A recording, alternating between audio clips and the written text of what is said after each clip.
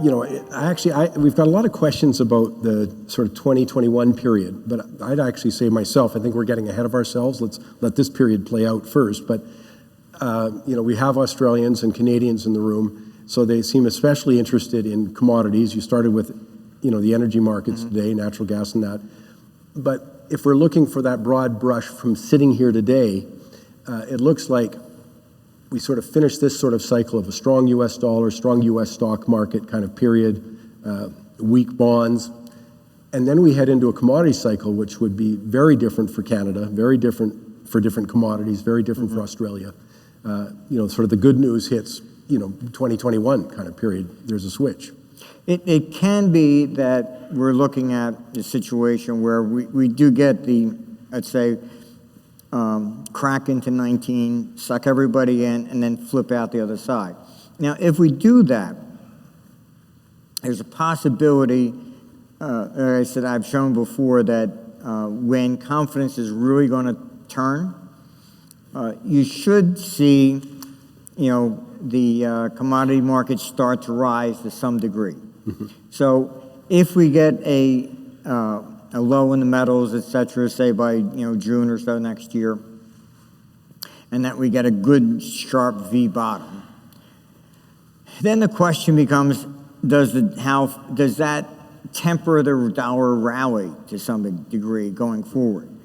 I mean, dollar is still going to go up, but at some stage, once you start having the crisis in government debts, and people understand this, and the way the trading rooms are going to go, they're going to very rapidly look at, and once they see what the economic problem is, they're going to look and say, well, wait a minute, that's the same, that's the same, that's the same.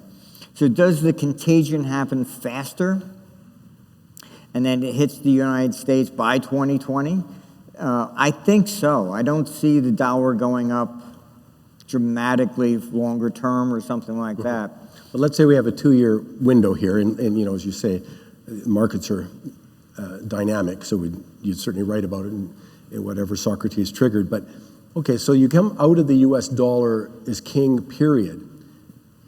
Is that why the money then flows? Where does the capital go? It doesn't go to another currency per se, it goes to commodities. I think it's really just going into tangible assets, because unfortunately there isn't a currency that can take it or great point. Really absorb that much in capital globally. What about real estate in that scenario, or in the scenario? I mean, real estate does well when inflation returns, usually, especially when confidence out of paper assets diminishes. The biggest problem with real estate is its leverage. Coming out of the Great Depression, that's when they created the 30-year mortgages and stuff like this. Mortgages before then were not long-term. They were 5 years at a clip. And you could renew it, but that was it. So when FDR created this 30-year mortgage nonsense, then you leverage the entire market on it. So it's kind of like it's addicted to cocaine or something, and now you're going to have to wean it off. So the problem with real estate is once the banks stop lending, they just cut it off dramatically. That's it. There'll be zero.